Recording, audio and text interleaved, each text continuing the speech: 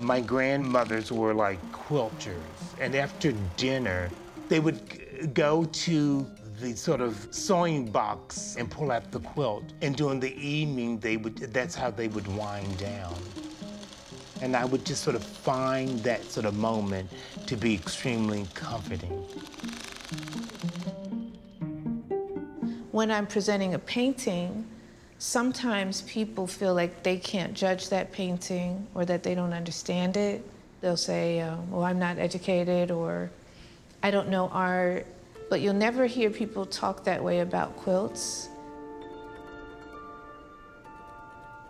People feel comfortable with my quilts, and they feel comfortable analyzing them and understanding them because they have known fabric their whole life. I'm working with materials that they know. If you go to a fabric store, it's separated by dressmaker's fabric, upholstery, and then they sometimes have a small section for the quilters. These are all dressmakers' fabrics.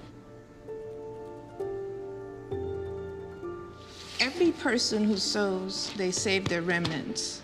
My grandmother had fabric remnants from the 70s. So even now, if I cut a piece, I'm not gonna throw the rest away. But what are we saving them for? And who is using them?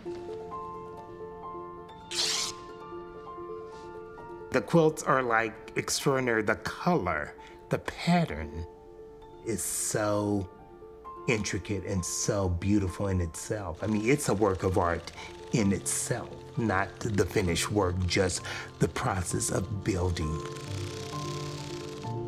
First, I start with selecting a photo. I blow the photo up to whatever size quilt it is that I want to make. I always use black and white photographs because they allow me to be more imaginative with my own color scheme. I paint with fabric, like a painter uses their glazes.